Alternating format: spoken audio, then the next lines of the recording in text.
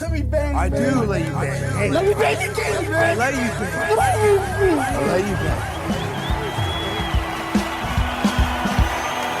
Greetings, marriage and virgins. Go for Jesus. No forget Jesus, people. Hey, I'm not surprised, motherfuckers. Ladies and gentlemen, it is time once again for your favorite mixed martial arts podcast. Recording out of Los Angeles, California, it's MMA Roasted with Adam Hunter. Who the fuck is that guy? What's up, people? Welcome to a brand new MMA Roasted podcast. I'm here with the legend Don Frye, my favorite fighter, one of my favorite people. One of the most. Mine too. Thank you, man. I appreciate. What, you're one of your own favorite people? Okay, and then I think Mayhem is coming now. Of course he is. And then I'm here with Jason Mayhem Miller. Who knows where he's coming from? Last week he was seeing his parole officer, but I think it went well. It should have gone well because he's doing fucking great. He's killing the game right now. Right now. Yes, he is killing the game. You are the man. You know, I'm the man, the legend, bro. I'm not the man yet. Just wait till I get me a Rivian. Then I'm the man. See, sometimes, like, you know, you tell a kid, don't touch the stove, it's hot, and then he touches the stove, right? I feel like with Jason, you burn down the house. Yeah. But then finally, when the house is gone, you realize, oh fuck, I shouldn't touch the stove. But you're doing great, man. That reminds me of the time that my dad left a cigarette lighter in the Oldsmobile Cutlass Supreme with me and my sister, and I figured out that paper burns. And man, my dad, I had locked the doors and I lit the paper on fire. I was like, wow, that's pretty. And then my dad was trying to get in the car, and I just fucking almost lit the Oldsmobile on fire. So thanks for that little memory. How old were you? Oh, like 11? I mean, last year. Yeah, 4. I was like 4 or 5, bro. I was very young. Yeah. Dude, I'm writing this autobiography now. And I'm remembering, like, there was a kid that I used to hang out with that was the biggest bully in school. And everyone thought he was the coolest. So I thought if I hung out with him, people would think that I was cool. And all he did was beat the shit out of me. Like, because I was the only one dumb enough to fucking hang out with him. Like, it went from really good fun to, like, him just kicking my ass all the time. And he was so horrible to his parents. He had these parents who... I kind of remember his dad like trying to touch me a couple times, like it's putting his hand on my thigh, like looking back, and a couple of my friends shit, like doing some weird shit his dad would do, right? And I remember he used to try to fight his dad all the time. And one time we were in the house, and he's like, "Dad, I wonder why." Right. And one time he was like, "Dad, let's fight." And his dad steps outside, and the windows were glass, and then he locked his dad out. Like for like pretty much like 3 hours, his dad couldn't come back in, and we were just laughing and fucking laughing. Wow, he got molested when he got back in the house, didn't he? And then after that, I went to boarding school. He got it bad. Yeah, he did have it bad. Me, yeah, 100%. Your friend locks his dad out, and you go to boarding school. Okay. Well, he was a terrible influence on me. This kid was a straight bully, bad kid, and I was, you know, I mean, like, you know, your parents always say, like, you are who your friends are. I used to hear that. And the more I'm growing up, I don't think you are who your friends are, but your friends can definitely influence you to be, like, especially when you're young. My high school wrestling coach, Manny Martinez, you'll say, you hang around shit, you're going to smell like shit. He was right. Please. Yeah, he was right. I mean, he was absolutely right. Yeah. So, Mayhem, I saw you on a video at the Korn concert. Yeah. I mean, I had a blast, bro. That was like, I don't know, dude. That somebody caught me in full-on dancing. You know, that those songs are ubiquitous to my generation, where that shit was on the radio every day from 2002 to like now. So, you know, when you finally get a chance to rock out, and on top of that, right, the Korn concert was the first concert I ever saw. Lollapalooza 94, right? So you're getting old man Mayhem vibes right there, coming out with my teenager style. And it was the incident. There's kind of bittersweet because that Korn concert was in Raleigh, North Carolina. It was like a brand new stadium that they built and just put sod down, right? Like that. You know what I mean? Those sod. And the famous song, Yeah. that one, oh, it was coming on right when Christy, my high school crush, just had walked up to me, and I finally got to talk to her. She's so pretty, like I guess you'd call her a goth girl these days. Big titty goth girl, and I was so excited that I was like, "Oh my god, I finally get to talk to her." And I started chatting with her, and as soon as the beat dropped, are you ready? They threw the sod, hit her right in the face, bro. Oh, Bust out laughing so hard that she never talked to me again, bro. oh my God. What kind of dog? German Shepherd? The one that got away. That Don Frye, bro, it breaks my heart. Dude, there was a girl that I had the biggest crush on in high school. First of all, I was such a pussy in high school. I would like girls, but I got into the situation where I would never get them. And I think I would never make a move. I was that friend that the girl. Wait, I thought you were in boarding school. Yeah, boarding school. You were in boarding school. Yeah, there were girls in boarding school. Oh, what? It was a co-ed boarding school. Co-ed boarding school. Well, and I was that guy that like. You never got laid? Yeah, and I was the guy that the girl would get into a fight with the boyfriend, and then she'd be like, "Oh, I need someone to make me feel better," and I was like hanging in the corner, like, "Oh, you're great, you're pretty," blah blah blah, and then she would go back to the boyfriend after I gave her like a fuck. I was friend zone Adam, basically, you know. Fucking up, man. The strategy for the young guys out there: just get you a slam pig, bud. Don't let anybody see. Right? You get some practice. You get some practice rounds with an easy opponent, right? That's what you do. You get in there. The ugly girl needs love too. You go make out with her, practice, and then don't let anybody know. But, when the time. Yeah, tell her, look, I'll meet you after 7 o'clock and when the sun goes down. Other than that, I'm busy before that. But then there were situations where later in life, like after college when I was a comic, where these girls came to my show and then wanted to hook up. And they were like, they went from like 10s when I was in high school to like solid 4s. Like they just, life. They all do that, buddy. That's called age. They all do that.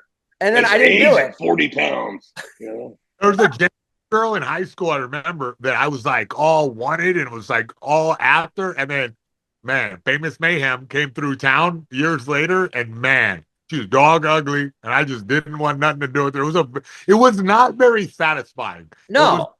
No, I didn't feel good about turning her down. Is this how Jake Paul's gonna feel when he beats Tyson? like, is this? I mean, because he's not beating any version of Mike. I'm sorry, but he's not beating. He's beating a 60-year-old version of Mike Tyson. Yeah, sells tickets though. I mean, smart to sell tickets, but yeah, why would you? I don't know. When is that? Yeah, I think it's 2 weeks. I think it's like in 2 weeks. Yeah, Jake Paul is like. No, it's like what, 4 now, isn't it? 4 weeks, yeah, 4 weeks away. So, but Jake Paul, he's not even old enough to remember the glory of Mike Tyson. Like, even I was very young when Mike Tyson bust up on the scene. Mike Tyson's Punch-Out was on an 8-bit Nintendo. Yeah. So that lets me know that if he knocks out Mike Tyson, it might be the saddest day in the history of sports. Get ready, bro. Get ready with your fucking antidepressants because dude, I might cry. I might seriously cry. I may not. It ain't gonna happen. It ain't gonna knock out Tyson. It ain't gonna happen. I see Mike Tyson like gassing out and just being on the ropes, taking some slow ass punches. That's what I see. I don't see a knockout. I see Mike Tyson standing there going, and maybe taking a knee because he's so damn tired. I think. So last week I was on Gutfeld. Tyson ended most of his fights in the first fucking round. Yeah.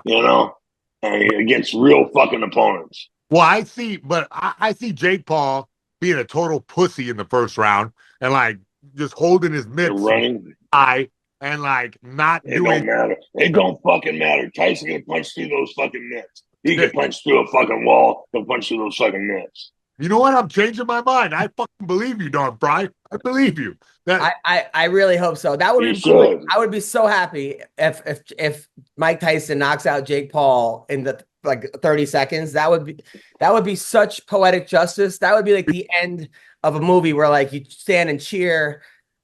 I just don't know if it's gonna happen. It would be glorious. I mean, look, what if the whole thing's rigged and Jake Paul goes out there and throws the fight? Yeah. Awesome. Tyson throws a fight. Yeah. Yeah. Or they both go out, fall down immediately. they both go and tap. Yeah. I thought you were supposed to go fall down. I thought you were supposed to go down. Shit. Yeah. They both. I didn't read the script. Yeah, beat each other to the mat.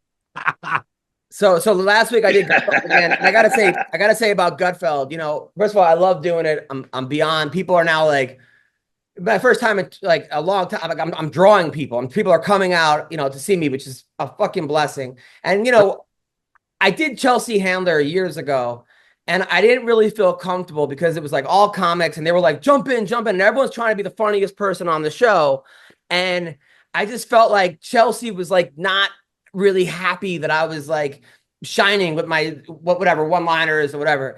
And then I heard she said some shit after. The first time I met Chelsea was actually at the Westwood Brewing Company. And she used to, I opened up this club in Westwood, and she showed up. Her first thing she says to me, she goes, "Do you have a big penis?" That was her opener, which I was like, well, I have no complaints, but I was also a little bit like, huh? That's funny. That's the first thing Tank Abbott said to me. That's the first thing Tank Abbott said to me. We were in UFC in Puerto Rico. He said, you got a big cock. I said, I do. Really? Yeah, I said, I do have a big cock. Yeah. I said, I do have a big cock. And he got all quiet. He goes, what do I do now? You know? Wait, this is way better than my Chelsea story. Way better than what you're saying, yeah. So you and Tank Abbott, he goes up to you in Puerto Rico and he asks you, do you have a big cock? Yeah. Everybody's out the pool. You know, it's the day before the fight. Everybody's out the pool. And he walks up to me and says, you got a big cock. I said, I do have a big cock. And then he didn't know what to say, so I just walked off. Third off. Oh my God, what a weird ass story, Don Frye. Every time I think you're out of weird stories, bring us a new one. Throw one in there, yeah. Just toss in another. He needs to animate that. Give me a subject and I'll see. Someone needs to animate that. Yeah. Oh my God. And then after he left, were you like, where are you going? You want to see it? Or he was just weird? Yeah, hey, where you going, boy? Come back. It's 2-for-1 Friday night. You know, come on. Friday. What a strange thing to ask, especially in Puerto Rico. Mayhem, you probably had a lot of guys asking you to see your cock, that's back when Tank was trying to shock everybody. You know, he made out with one of his guys. You know, all that bullshit. Wait, he made out with a guy? Yeah, one of his guys out of his team. Yeah. Oh, in front of everybody. Was it Tito? I don't know if it's Paul Herrera or I don't know if it's Paul Herrera and one of the other guys. You know, in the biker vest. You know. Oh my God. So anyway, he was trying to shock everybody back then. So Chelsea, and I mean, it was fine. I was on once, and she was like, whereas like Greg roots for you. That's one of the things about Gutfeld is he actually wants to see you do well. Even, and he doesn't like, if you have a it helps the whole show. Yeah, which is it's good for the whole show if you succeed. Yeah, 100%. Great. Here's why is fucking it smart? Why does Gutfeld always play this role where like he calls you lazy or stupid, or he's always kind of digging at you, which I get too because I'm on Adam Carolla and Carolla fucking jabs me all the time. But like, it seems like Gutfeld is just going at you like mean-spirited.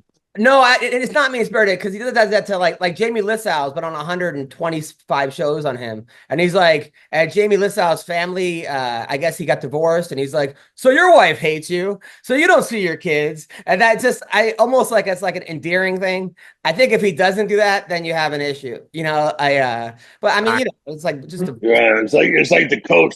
The coach in high school, if the coach doesn't give you shit and harass your ass, he doesn't like you. Yeah. Yeah. But if he gets on you and he hassles you, it's because he wants you to do better. He wants you to be proud. Yeah. this on Corolla. At the top of the show, they played like a voicemail from somebody who's like, "Yeah, Mayhem's the best." Da, da, da, da, da, da, and so on. And then right before the segment with like this spokesmodel, she like puts her headphones on and sits down. They play a voicemail from a fan who's like, "Mayhem sucks.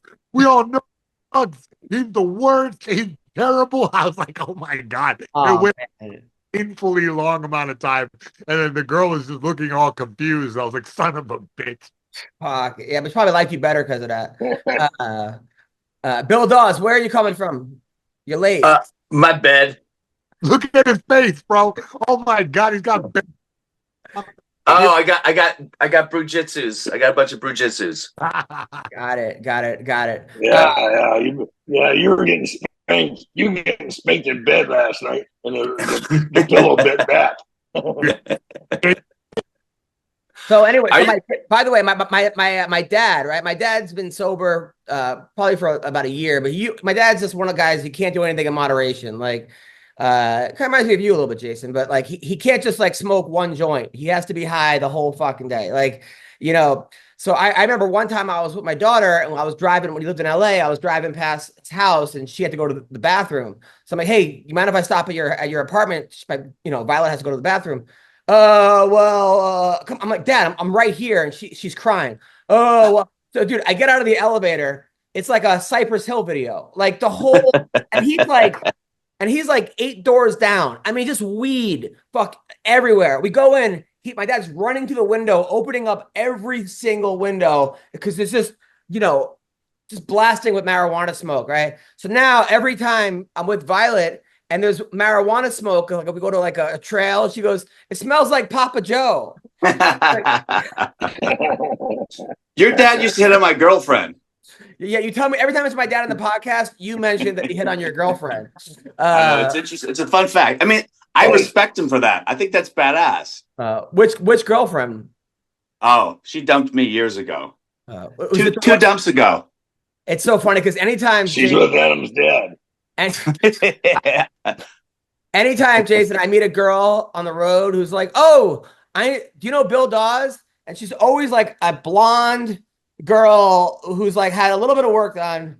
And I'm like, "Who's hot?" But he has this and I'm like, "You fucked him, right?" And then they go, "Why?" It's never a no. It's a why. And now they're dating like magicians and stuff. And like they left him for magicians. That's bad. We've been left by magicians. Yeah, make your dick disappear in their side of her, right? Boom. God. Watch it explode, honey. So Don, did you ever talk to your daughters about religion and stuff and Jesus and all that stuff? No, they haven't brought it up, and I haven't either. So. What about you, Bill? I don't think they listen to me. My daughter went to Berkeley, so she's an atheist, obviously. Right, of course. Jason, were you the kid? Talk about Latter-day Saints? No, because my daughter goes to Christian school, and my wife is like Christian, and now the other day she was upset because my kid was upset because she's like, "I don't know how much I love Jesus," and I'm like, and she's 6, and I'm like, "But listen, Jesus loves you're not gonna go to heaven, Dad, because you're a Jew." Yeah, right.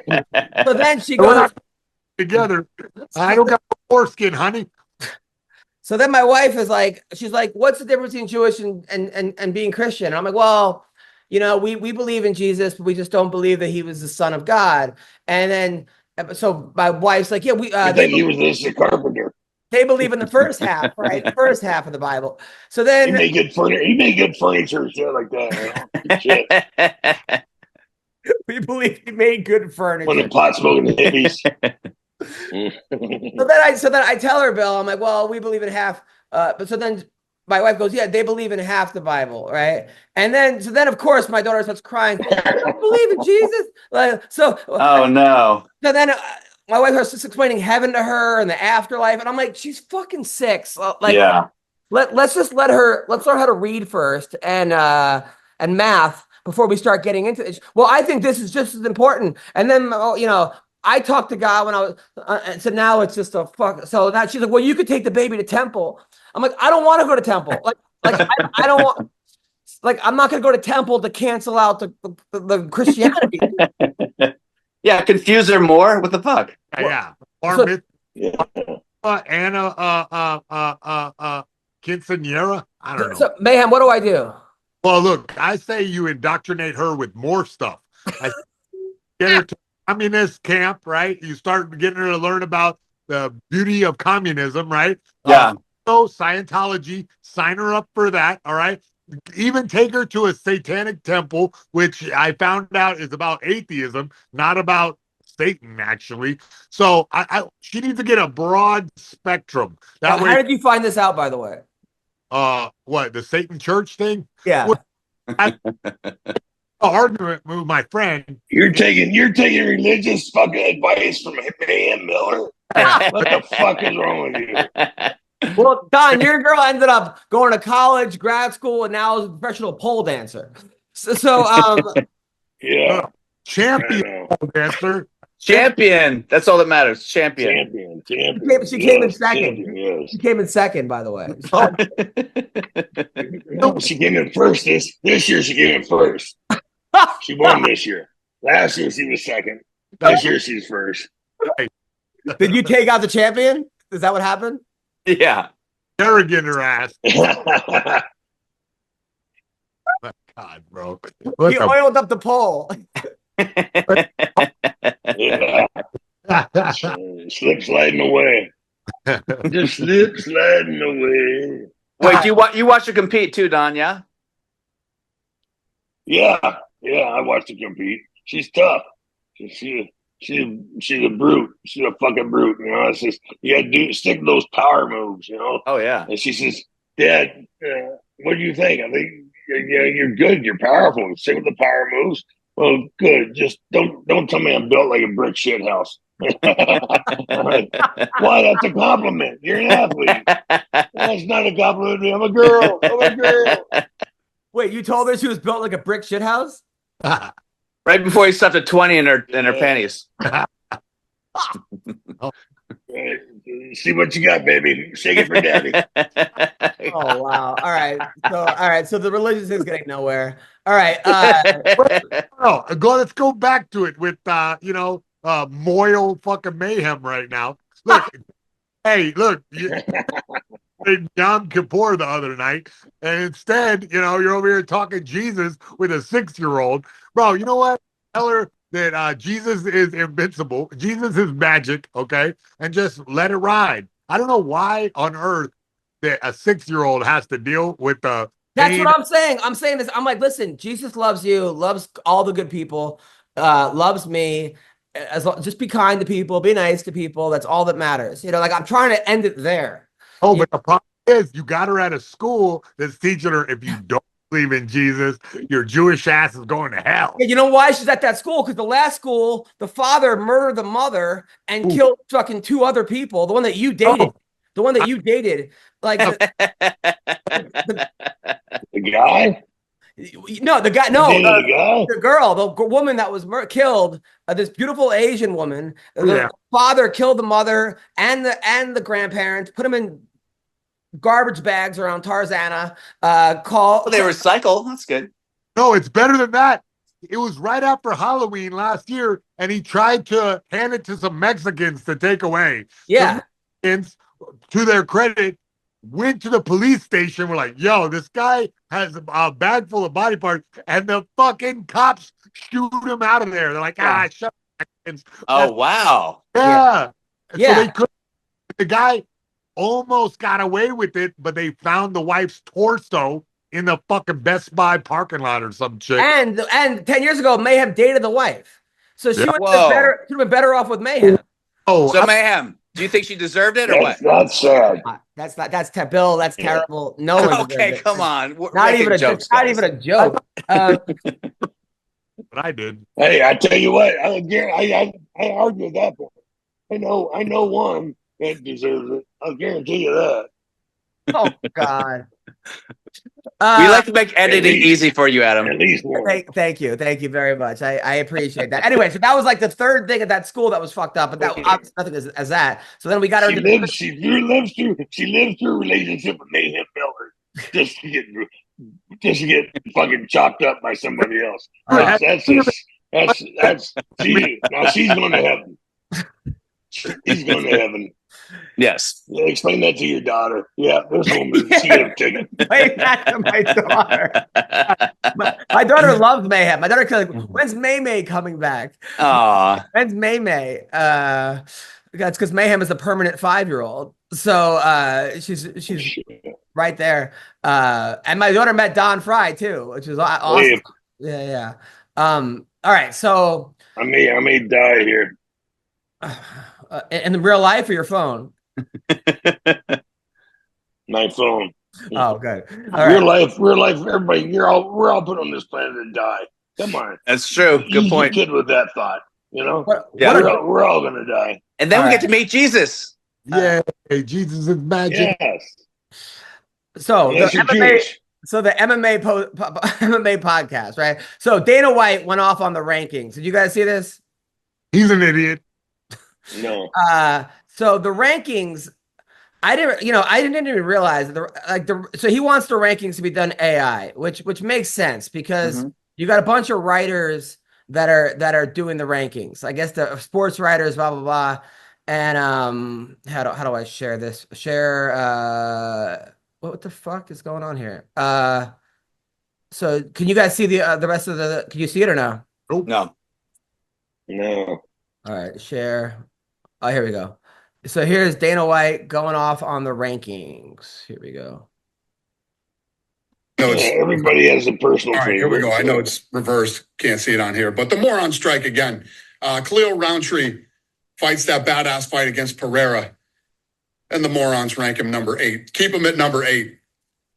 Literally this week, I have a meeting to try to fix the rankings and get all these know-nothing, do-nothing motherfuckers out of it.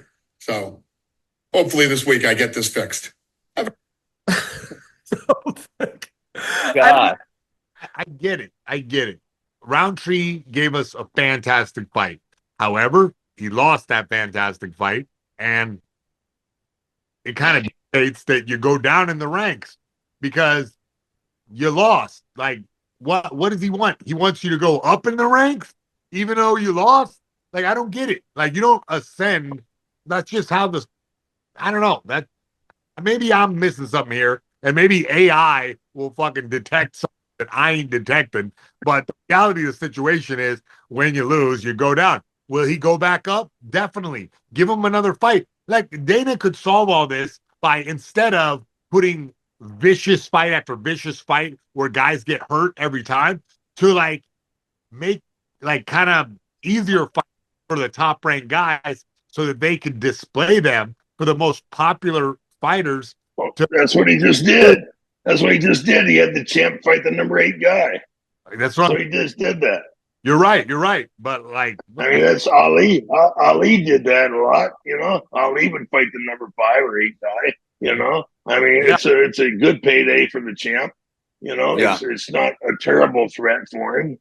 You know, it gives another guy an opportunity to go up in the ranking. Yeah, I mean, I think the problem is what else are you going to do? You can't have you either have to go AI or not, because anytime you have people that are judging, people are going to look at different things, right? And you're going to have the sports writers. I don't know if they're do nothing. I mean, these guys are covering the sport. Guys, they're smart. But what is AI based on too? AI. Yeah, but AI won't take into account, you know. Sorry. What's that, Don? Sorry. AI won't take into account, you know, a thrilling fighter, you know, a guy who brings it every time. All it does is looks at the basic stats numbers, you know, and it spits out its answers through numbers. But I mean, some of these guys that you know, you beat the shit out of them, you know, you cut them and all that stuff, and they keep coming. You know, like Clay Guida, you know, AI would probably get a terrible ranking, but you know, the guy puts on a hell of a fucking performance. Yeah. Right. Did you guys watch the fights last week? The Brendan Royval fight? I watched them. Yeah. Don, do you watch it? Jazzed up. I was. No. It happened to be a great fight. He fought this guy who was undefeated, 16-0, from Japan, against this guy Tatsuro Taira, who was great on the ground. The guy was a fucking wizard on the ground, and Royval was winning on the feet. It was one of those classic matchups. Kept going back and forth, and then Royval won deep and won in the 5th round. It was actually a really good fight. Though, like he outgrounded the ground guy, right? In the 5th, in the 5th round. But the problem was he kept getting him on top and then going for the submissions and then losing the submission. And then so it's even like, I think it was Bisping or Dominic Cruz is like, well, we love the fact that he goes for the submissions, but now he keeps ending up almost losing ground. Yeah. What Jason, do you coach guys to stay on top and remain or go for the submission? That's a big part of the game now. Like I have a guy, excellent jiu-jitsu, like top level jiu-jitsu guy, but a lot of our training is maintaining wrestling type positions. So Don Frye, like hammer the guy from turtle position, like try to keep on his back, but not necessarily put the hooks. Like a lot of the training is based upon keeping the top position and try to wear the guy out. Now, like the last round, the plan usually for a guy with a really good jiu-jitsu game is to affect the guy with ground and pound throughout the fight, but then turn into a jiu-jitsu guy near the end. Because if you can show dominance throughout the fight with the top position, ground and pound stuff, and not lose the top position, because, you know, whether we like it or not, especially me, I'm a jiu-jitsu guy myself, but I realize that the judges don't appreciate if you fall onto the bottom. That's just human nature. Yeah. Judging is going to change. I don't know. I like the old pride judging where you judge it on like the totality of the fight instead of like a 10-round must system. But the reality of what we live here in America is if you lose the top position, it looks bad, even if you were dominating the fight. Even at the end of the round, if you fall on the bottom, missing an arm bar, well, there you go. You're just lost the fucking round. So, yeah, safety is the number one concern to save those rounds, stay on top, land punches. And then later on in the fight, depending on you're up or down, whatever, okay, fine. Let's try submissions now. That's the strategy, at least going forward. The submissions late in the fight. By the way, Don, a guy that you fought got knocked out last week. Jerome Labanner? Labanyer? Oh, yeah. Did you see it? He's fighting still? Jeez. I know, I can't believe it. Oh. That's rough. I'll show you what happened last week in MMA, and I thought about you, Don. What's up, people? Listen, Major League Baseball is right now, and I've had some of my best memories. Me and my dad going to games. I actually caught a couple balls a couple times. I had a blast. I take my daughter to the game, my wife. We have a great time. And check it out. Game Time is an authorized ticket marketplace of Major League Baseball, which means getting tickets, you can get them faster and easier. Prices on the Game Time app actually go down the closer it gets to the first pitch. It goes down, not up. Now, with killer last-minute deals, all-in prices, views from your seat, okay, which is great. That way you don't get there and all of a sudden you can't see anything. And their lowest price guarantee, Game Time takes the guesswork out of buying MLB tickets. So you gotta check out this Game Time app. It is so easy, okay, to navigate, download. I go to all my sporting events. I went to a Sparks game, the one that I took Mayhem and them to. All right, we had a great time. It was like $14 each. It was cheaper than movie tickets. All right, so you got to check it out. They got last minute deals. You could save up to 60% buying off last minutes for sports, concerts, comedy, theater. You get flash deals. All right, which means that you could save even more with exclusive in-app deals on select seats ahead of the game or the event. They have all-in pricing and they have ticket coverage. Your purchase is covered with the most flexible customer service policy in the ticketing industry. And they have lowest price guarantee, which means if it's not the lowest price, Game Time will credit you 110% of the difference. So take the guesswork out of buying MLB tickets with Game Time. So download the Game Time app, create an account, and use the code CLNS for $20 off first purchase. That's right. Terms apply. Again, create an account and redeem the code CLNS for $20 off. Download Game Time today. Last minute tickets, lowest price, guarantee. Trust me, you will thank me later. Because you fought this guy. Hold on, right? Hold on. Thank you. So here he is. No, I showed up. I showed up to the fight. I wasn't fighting.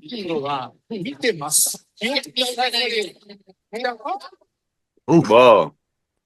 Oof. That is a short night, huh? Oh my goodness. That's rough. Wow. Let's see it Rough. again. Yeah, hold on.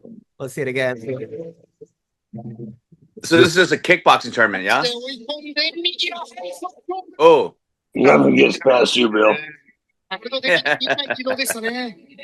didn't know. I couldn't see the gloves at first. Yeah, I mean,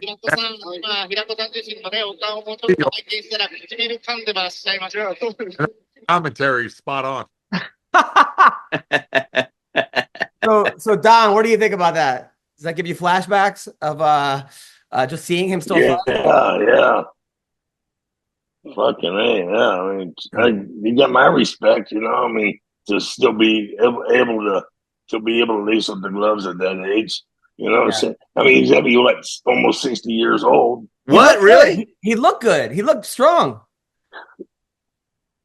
Yeah. 60. My God. It was a minute and 40 seconds. Almost. What was that? Was a minute and 40-second strength, you said, Mayhem?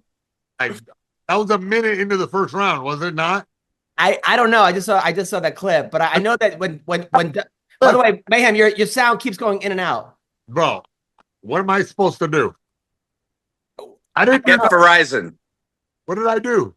I don't know. No, I have no idea. I just don't want I know last time you were like, it was a great show. I wish my sound wasn't going in and out. So I'm just telling you as it's happening. So that way, you know. Can you hear me now? You're Yes. gonna be mad about it twice. All right, man. I don't know. I don't know what the hell is going wrong with it. There's ghosts in this office. I don't know. But Don, you fought that guy when he was #1 in the world, and you never threw a kick before. That's Right. Very brilliant on my idea. And I sat outside in the back porch drinking tequila and smoking cigars, you know, for 6 weeks before the fight too. You know. Damn. Yeah, that's a wild one. Oh man. And then I popped 2 Vicodins. I popped 2 Vicodins before I went out there, so I don't even remember walking out there. You know. But Don't get into this sport because we ain't brave. But there's no one around you that says, Right. "Hey Don, listen, I love you, man, but this is the #1 kickboxer, and we don't really do kickboxing. Oh, We've never." Who's gonna fucking tell Don Frye don't fight? What the fuck? Bro, I'm Mayhem, right? I'm a fucking considerably smaller guy, and nobody would tell me shit because they're fucking scared of me. So Yeah, but you had Jason Perillo in your corner, right? He would tell you, Ryan Parsons, those guys would tell you what to do. No, they tried. By the way, can I ask a question? sure. So, you know, my brother is a professor, right? He's super liberal. He would probably never get along with anyone on this podcast, including me for the most part. But he's writing a book on violence, and he found out I was doing a podcast for MMA, particularly with Jason and Don, and he like lost his fucking shit, and he had questions. Okay. Can I ask these questions? of course, yes. Happy here. He Sure. he was wondering if So you're doing research for your brother. Your brother's writing a book In the middle of the podcast. Sounds like Come Kamala on. it's Harris. about MMA. Okay. All right. What are these questions? Well, first of all, one of the things he was wondering about is in the pre-show hype, do you actually get mad at your other opponent, or is it just all showmanship? Is it an internal mental act to psych yourself up? Some guys get mad. Yeah. It all depends on the guy. I know when I was going to fight Shamrock, I was having a good time, but he was pissed. You know, fuck. You know, I mean, some guys can handle it, and some guys they just don't appreciate any of it. You know. Do you have to convince yourself that you hate the person to fight them sometimes? No. No. Yeah, I do. Hate them? I don't have to I hate do. be violent towards them. I was violent at my dad. I love my dad. Was there anyone you actually hated, Jason? No, not really. Nah. Oh yeah, Jacare when I kicked his face off. I was real mad at him though. You know what I mean? I don't know. I didn't hate him, but I was like mad. Why? Because they there was a Brazilian interview, or he just spoke Portuguese, and he said some shit that like pissed me off. That seemed like it was like disrespectful to me, called me a clown and whatnot, and I was like, "Oh fuck this guy!" And then later on, the Brazilians told me, "Oh yeah, no, but he was saying it kind of nice." I was like, "Oh, lost in translation." Yeah, exactly. That's funny. All right, what other questions for your book report you have, Bill? Oh no, I don't want to ask about it. I want to keep moving. I just want to that ask was a good one question. Anyone else you got? Anything else? But I mean, look, I could go, he's I guess he said, do you believe that you can win a fight before the fight starts by intimidating people? Is that an actual tactic? So one, like, do you actually hate each other? Tactic. Yeah, it's a tactic. Yeah. It's more of like a mind It's fuck. a tactic, but it's not. Has it ever worked where you can tell it's you not got the someone so sum. scared that they end up losing before they got in the ring? Yeah, definitely. Yeah. Oh yeah. It'll work, I would talk but shit. it's still not the sum of all. I would act so dismissive of the guys and be like I would never even say their name right. Like I would like always call them the wrong name and shit to make them feel like insignificant, so that they were like either would get mad and like give me an opening and burn themselves out, or I would like be so like flippant about like who they are, like you're nothing, to make them get a complex before the fight. And Jason, I want to ask you a question, but I don't want you to get mad. Yeah. So Anthony Smith did an interview recently on Bizbing's podcast. You see it? Somebody tagged me in a thing where I poured water in the guy's foot. Yeah. Why did you do that? It was an accident at first, but then he like got all weird, so I just kept eye contact with him and poured water on his foot. But were you on drugs or were you just being a dick? Yeah, I was just fucking with him. He was my weight. It was my gym. I'm like, welcome. So you were doing it out of like to be friends with him, just to be friends? He said we never trained. We did train. Oh, okay. Yeah. He said that you pour water on him, came back 3 days later and did the same thing, and then started laughing at him. Yeah. So you were doing it just to be a dick, or just to be fun with him, or just to I was fucking with him. Young guy coming to the gym. You know what I mean? He like took it like a little baby. Like, got it. Top of that, he was in my weight class, and I was like, "Let's go, buddy! Like, you want to fight me? I'm ready to fight you." Got it. Oh, okay. I could see what you're saying, because I was like, that doesn't make because you've always been the nicest people to your training. I've never had anyone who train with you say nothing but you've been helpful. Like my whole thing in the gym is to keep everybody like laughing and have fun and whatever. And see, he like had like tunnel vision. Like, he just saw me and the boys was like giving him a little fucking haze, like that was a light hazing, like just fucking with them. He looked scared, bro. He was in there, me, Mark Munoz, Durkin, Pat Cummins, just monsters, you know what I'm saying? And we're all just like joking around with them, and like got it. He was so sensitive. Got it. Boy. Got it. That makes sense. Okay. Yeah. I like him though. He was a good kid. Dude, he honestly we had him on the podcast back in his like LFA days, and he just got into the UFC. He got into the UFC, lost, got cut, and he wrote me the nicest thing, like, thanks for giving a fuck about my fights. And then one time I had him like give money, like I asked him for money for this thing I was doing, trying to raise money for, and he was like, no questions asked. Like, he's always been the nicest, coolest guy.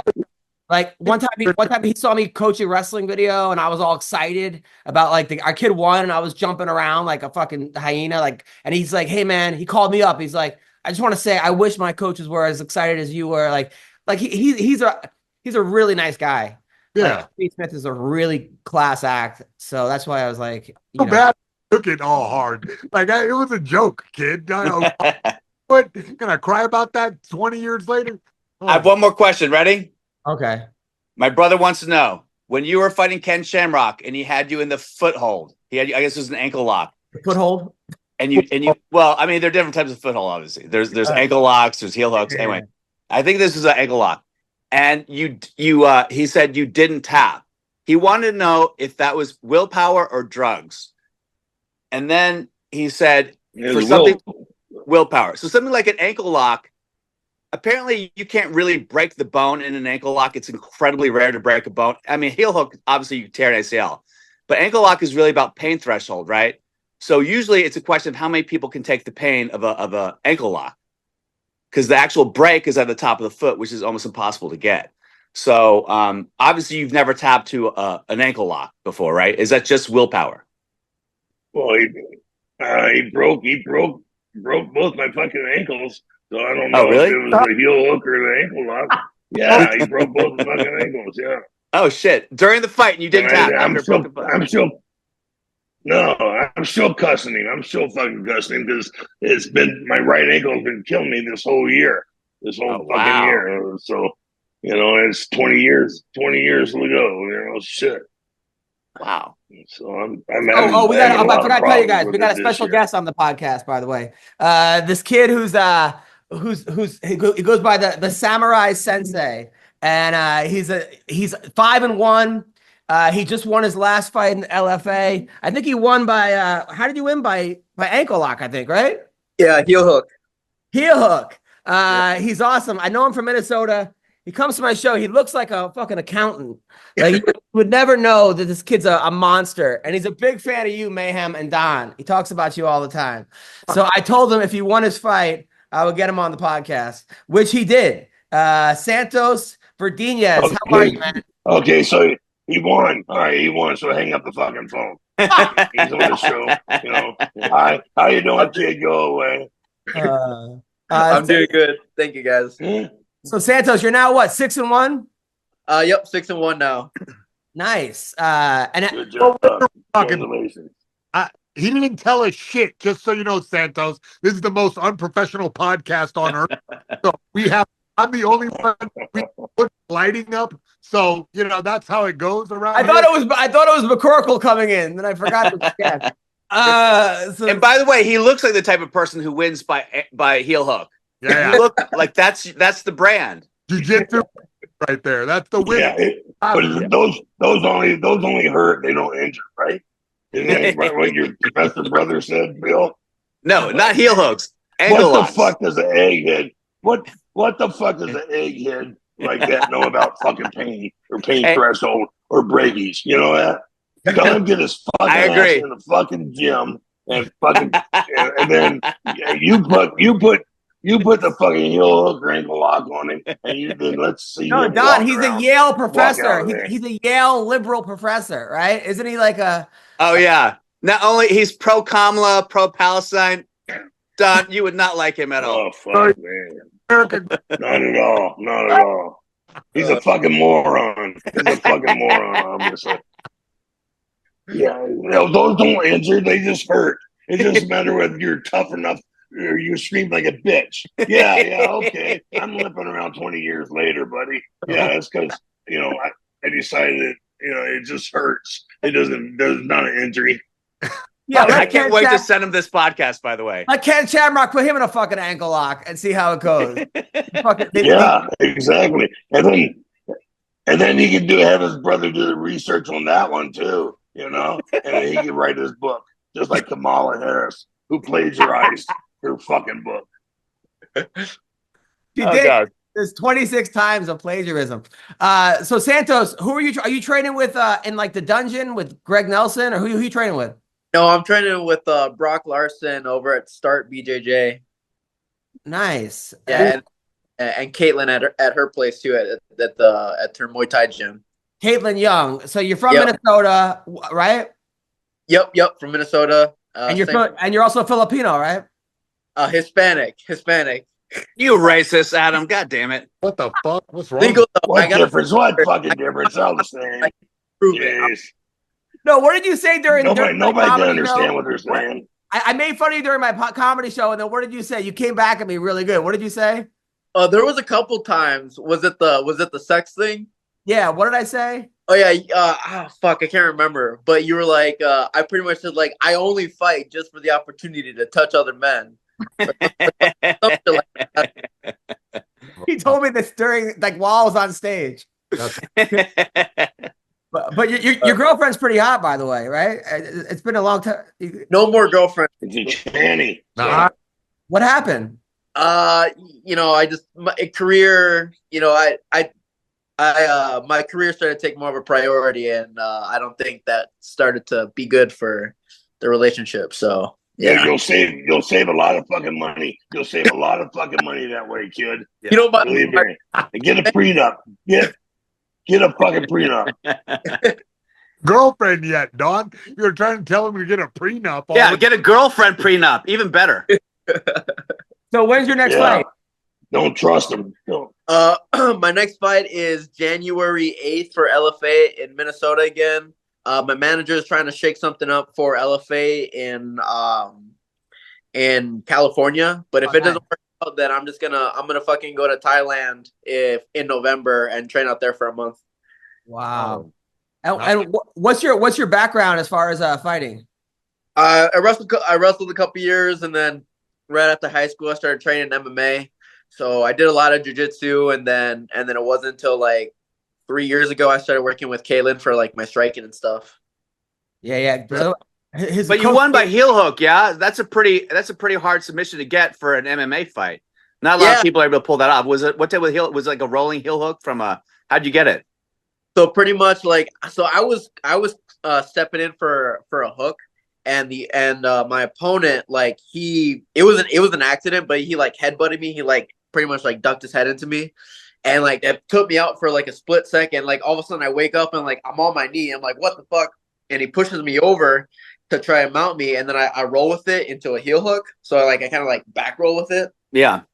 And then I'm just like, oh shit, it's right here. So then fucking grab it. You won by accident? Yeah.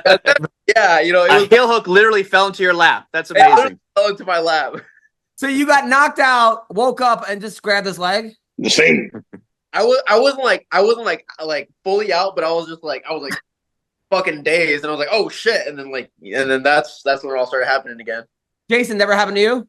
Yeah, accidental heel hook all the time. Yeah, that's badass. Yeah, man. No, what though? But happened to me. Happened to me where I go, fuck, I'm in a fight. Shit. Yeah. Like I think that your body, if you train enough, if you go in the gym enough and do moves over and over again, you will just automatically do them, even if you're half choked out, like knocked silly. You will fucking just do. Your body will just zombie its way through. Yeah. That's a good one. Yeah, no, that's pretty much what happened. Like everyone was like, did you mean to do that? I was like, no, like that. It was just instinct. It just fucking happened. I don't even know. So now you're 6-1. So you probably got 2 more wins before you get on the contender, right? Yeah, like 1 or 2. Hopefully my manager can line up something big for me for the next fight. Maybe I feel like I'm giving like a pretty strong case for a title fight, but we'll see what happens. We'll see what happens. What are we talking here? Because I didn't even know Santos. He's an LFA. What weight? What weight? 35er, just a little guy. That's ladies fighting alliance. It's good. That's a very tough weight class. So it's nice to hear you being this highly ranked, bro. That's a fast weight class. Yeah, appreciate it. Thank you. Yeah. What is it? Sometimes I'll bounce around. Sometimes if I'm a little bit fatter during the time, like I'll do 45, but like 35 is like my most athletic weight class for sure. And you got to get a better Instagram because you're Sensei Sandman. Right? Yeah. SENSEI_SANMAN. Sensei. Yeah. Sensei Sandman. But no one's gonna be able to follow you with that. It's not catchy at all. I was just like, I don't even know. I was like, you know what? This sounds clever. And then the more I went with it, I was like, this fucking sucks. I got to change this at some point. Bro, fucking started. You gotta find something new. Try Mayhem. I think that's retired. What should we go? Because he's all right. He's Mexican. What about like Mexican Mayhem? No. what's your nickname? Sandman. S-A-N man. We got to do better than that. Right? What should his nickname be, Don? What do you think? Like The tiny Chicano. like yeah, or like the migrant menace or something. Like there's gotta be Yeah, there you go. The caravan killer. Killer. right. I think that would be better, right? The scratch back sleeper. The foreign. I like the migrant menace because then I can be like, I'm coming to steal your heels and your. Oh, I like that. The micro menace. The migrant menace, I think, is pretty good. Yeah. Right. I mean, I think that's a better. Bill, what do you think? Right. I think migrant menace is great. At first, I thought you said micro menace. I'm like, well, that's a little diminishing, but you're not that small. No, the migrant menace. Right. I think that would be. That's good. I like that. Yeah. The illegal menace. The illegal menace. I got. All right. Well, Prove it. I'm good. Now, did you have a question for Don Frye or Mayhem? Yeah. Okay. Mayhem. I've been watching. So I never really got into MMA until like I started fighting pretty much. But I used to watch your show Bully Beat all the time on MTV, and it was my favorite show of all time. And it was fucking. I didn't even know like UFC or like MMA was a fucking thing, and then until I got into it. So and then Don Frye, like you have some of the best highlights that I've ever seen. Like, you're like the whole personality, like the cowboy shit. I fucking love it. And yeah, no, it's awesome. I was wondering if I could actually get a signed a pair of gloves that are signed from both of you guys. That'd be amazing. Talk to my manager, kid. Yeah, of course. Send them. Yeah. Send it to me, kid, and I'll send it back. Yep. Hey, wait, are you fighting the LFA over here in LA? I think that's the one that my manager is trying to shake up, but we'll see. We'll see. If not, then it's probably just being back in. I know some people. I'll put in What's the date? Fuck yes.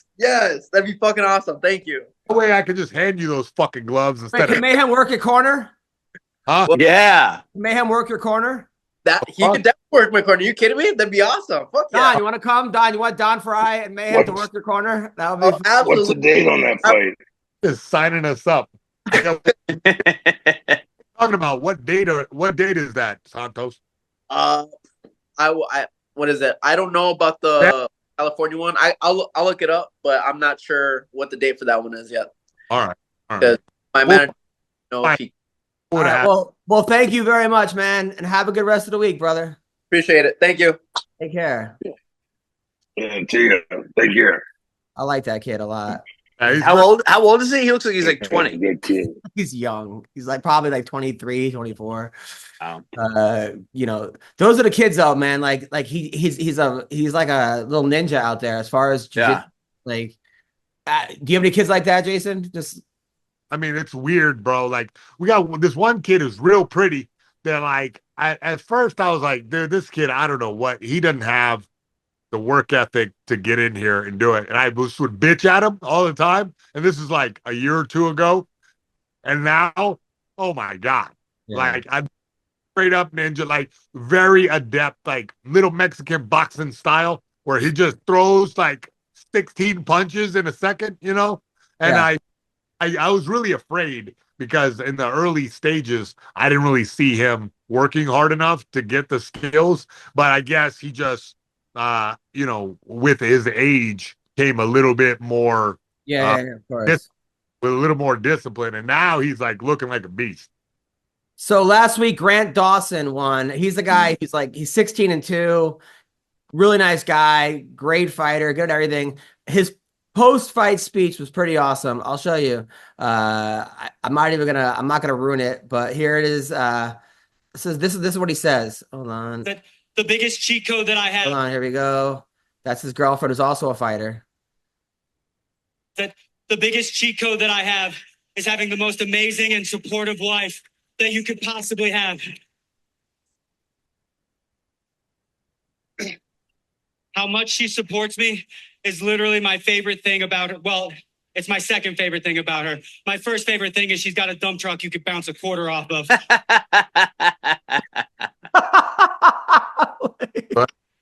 Bless his heart. Bless his heart. Dude, I watched that with my wife. She was like, that is so embarrassing. I know. Do you think that started a fight when they got home, or do you think she loved it? I think she loved it. I think she loved it. A dump Yeah, she truck. loved it. There's a better way to call an ass than a dump truck. That's like one of my top 3 ways to call it. Dump truck you could bounce a quarter off. She made a video about people.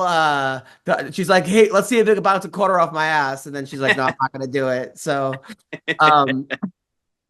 now, are you guys following this whole thing about Maxwell the cat, Mayhem? What the are you talking about? All right. So there's a cat on TikTok, right? That they put a GoPro on it. Oh, all it does is fuck with other cats. Yes. Don, no way. Don, are you following this? You know Don is. I don't know anything about it. All right. This cat. So okay, hold on. Here we go. Snacks to his neighborhood. So here we go. Here watching it. All right, hold on. This is the only information they give us. Fuck, We don't know who this cat is, but he's legit wandering out. Can you guys hear this or no? I can hear it, can't see it. All right, hold on. So this is Maxwell the cat, who's become a TikTok phenom, and everyone wants to know. People are like divided on whether or not this is a good or bad thing. Okay, so here we go. Which means it's good. All right, here we go. Full screen. Well, he is a legit. Who owns this cat? This is Maxwell. He is a legit menace to his neighborhood, and we're all here watching it. It's Kamala voter. Information they give us, we don't know who this cat is, but he is legit wandering out his neighborhood, bullying every cat he comes upon. Except apparently kittens. They, for some reason, are off limits, and the odd female that he seems to be loving on. So this is about the cat. Maxwell out for a morning stroll. Oh, look, another tea. And just like the bottom of it, like, and then completely chases them. videos. I don't about Maxwell being too many cats. They fuck and fight. That's what cats, lady. They're not. Oh, I love that. So now there's like all these people making videos about it. There's cops making videos and they're on the case. People are all about. It's like 2 of those geo trackers, those geo guessers. Those guys will figure out where Maxwell is in an instant. People are saying I love how she's mad at the cat. She's mad at like the cat put on the GoPro and did it. Yeah. Well, someone says that Maxwell's uploading the videos himself. But he is. There's a couple videos of him going into other people's garages and kicking the cats out of their own garage. Ennis, I love him. You do, Mayhem. You do love this, Maxwell. You're for it. Look, listen. If you got to convince me to like pussy, I definitely love it. You know? Hey, Don, what are your thoughts about this cat? Huh? Don? Mayhem Maxwell. Mayhem Maxwell. Mayhem Maxwell. Yeah, I love it. Bill? Out of the garage. I want to see one of him chasing a Haitian. Oh. By the way, my cat in my parking lot, I swear to God, I'll send you videos. He chases away coyotes. Your cat does? My cat chases away coyotes. I'll send you videos. It's the fucking craziest thing you've ever seen. Dude, cats have superpowers, bro. Cats are like the most athletic animal on fucking earth. Like per pound, like they don't fucking. They're too quick. They live in a different dimension, bro. Yeah. Or they jump to the refrigerator. That's like me jumping on top of a building. It's like casually. My cat bullies me. Every night I get bullied by my fucking cat, Lemon. Meow! Won't stop until I give her milk. Every fucking night. She's just in my ear. Wherever I go, I get bullied every night by my wife's cat, Lemon, just to get milk. But yeah, so Maxwell is now the internet. Everyone's trying to, the people are literally dressed up as cops. There are cops saying, yo, Maxwell, this is out for you. We got you. It's only a matter of time. You can't be bullied. Like, dude, the Hawk Tua girl's going to catch him.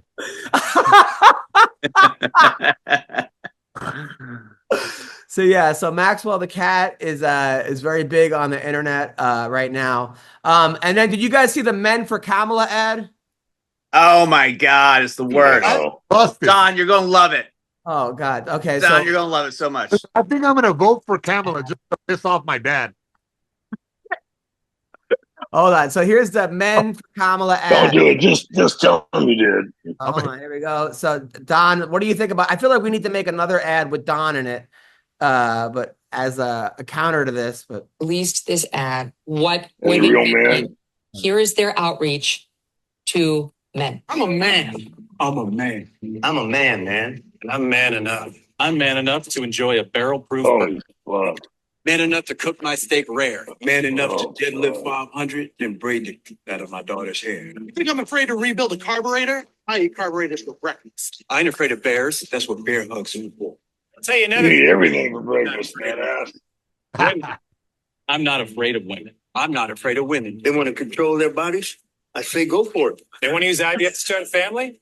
I'm not afraid of families. They want to be childless cat ladies? Have all the cats you want. Woman wants to be president? Well, I hope she has the guts to look me right in the eye and accept my full-throated endorsement. Because I'm man enough to support her. Man enough to know what kind of donuts I like. Man enough to... Full-throated? You Even suck when cock too, huh?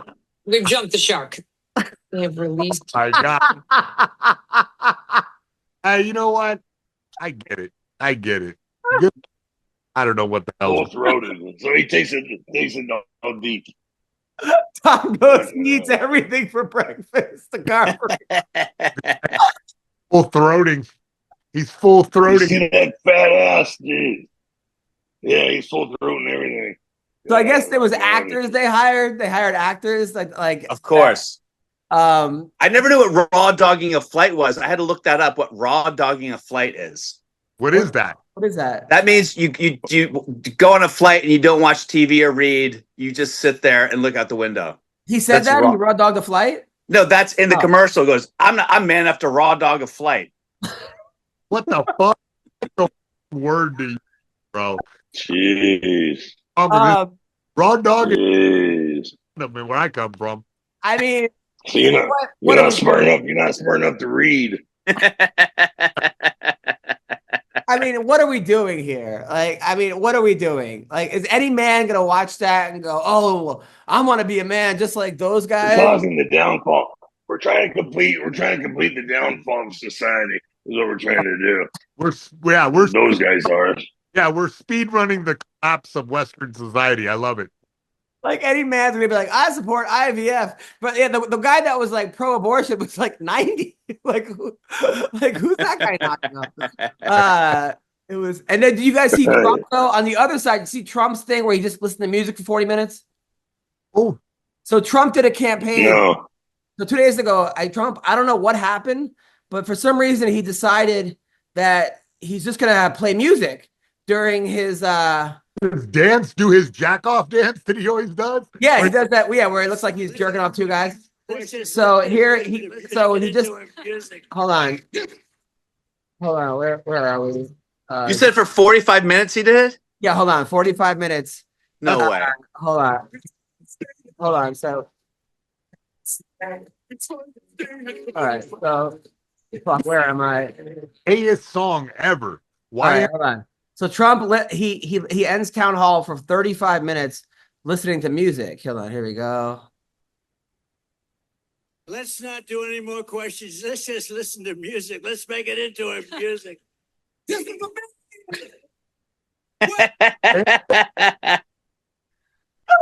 I'm so confused about politics right now. Oh my God. Oh, there it is. There it is. The walrus.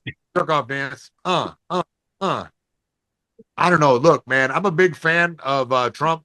He's the most hilarious president candidate on earth. Yeah. But I think he's losing. Yeah. I think he's getting crazy. If he wins, he's having fun. He's having fun.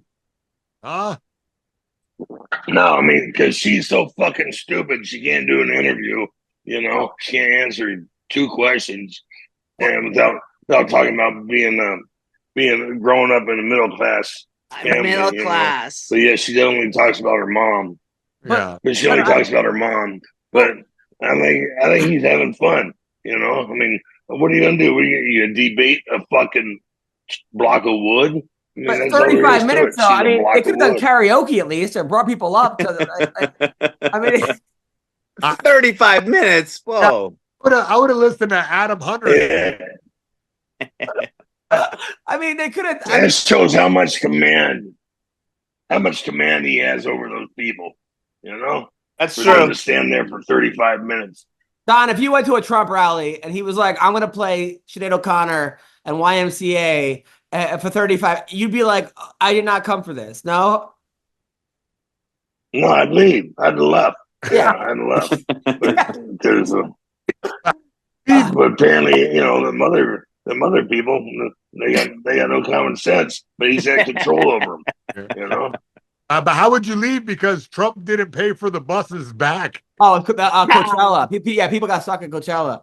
All right, so Donald Cerrone, he retired. He went 0-6-1 in his last 7 fights. Obviously, he's a legend. He had some tough fights, and then he started doing steroids like testosterone, getting all jacked. I mean, fucking jacked. Now he wants to come out of retirement and fight 2 more times. Whoa. And then Tony Ferguson said he's too old to retire. Which like that Tony's too old to retire. He's too old to retire. Where you he wants to die on the battlefield. He says he goes, I only put half the fucking gloves in there. I got them back. So now I got both pair of gloves. Fuck no, I'm not retiring. I'm too old to retire. I'm 40. I'm halfway to 80. I've been competing since I was 5. I wrestled in college. When someone else is able to run or sprint faster than me, maybe I'll start to consider it. But I really need to find that coaching and discipline around other people, being comfortable in practice so they're not miserable in the fight. That's where we're at right now. So I guess have those two fight each other, right? Yeah. I mean, I thought Tony had a fight. Maybe people are making fake posters, but I thought Tony had a fight out in fucking Russia or some shit. No. I think people making fake posters. Yeah. And then Chael Sonnen tweeted out that the Joker 2 is the greatest waste of money and potential since Masvidal. Nice. Did you write that tweet from Adam? No, Was that tweet that you wrote? No, I absolutely did not. And then this week, there's a bunch of fights this week, which we didn't even talk about. The PFL fights this week. It's Francis Ngannou is fighting. That's gonna be interesting. Cyborg is fighting this week. Your friend's fighting, by the way, Jason. The one that you took the check from. Oh yeah, AJ McKee. Yeah, AJ McKee won $1 million check and one of those huge checks, and Mayhem stole it. And there's also some good UFC fights, but I think we're out of time. Jason, what do you got coming up? But whatever. Adam Carolla show, fucking whatever. Bill, what do you got coming up? Just the Wednesdays Laugh Factory, 8 o'clock. I gotta. Oh fuck. Oh wait, no, I do have something I want to plug. I have a film you guys, if you're in Austin, it's September 25th, Austin Film Festival. The first film I ever produced is premiering at the Austin Film Festival, September 25th. Yeah, I'm guessing you mean October 25th. No, what's the date? What? Oh, shit. It's October 10th. Did it already premiere? Oh, no, shit. Yeah, October. Fuck, I wrote it down wrong. I wrote 9. You'd figure I'd figure what 9 is. 9/11. Jesus, yeah. October 25th. I got to delete that Instagram post. And then I'm in Toronto, and me and Russell Peters doing 10 dates, which is great. I'm doing the Bell Center. I'm doing nice. Doing the Bell Center in Montreal. How many people is that? It holds 22,000. Whoa, would that be a big? No, you've done shows that big, right? No, that 22,000. I don't know. I thought you've done with shows with him before that might be that big. No, I've done 2. Yeah. I mean, we've done shows that for like 9,000, 10,000, but 22,000. That's awesome, Adam. Congrats, man. I'm excited about that. That's so thank you, Russell. But you guys are great. Fucking love you guys. Have a good week. All right, man. God bless.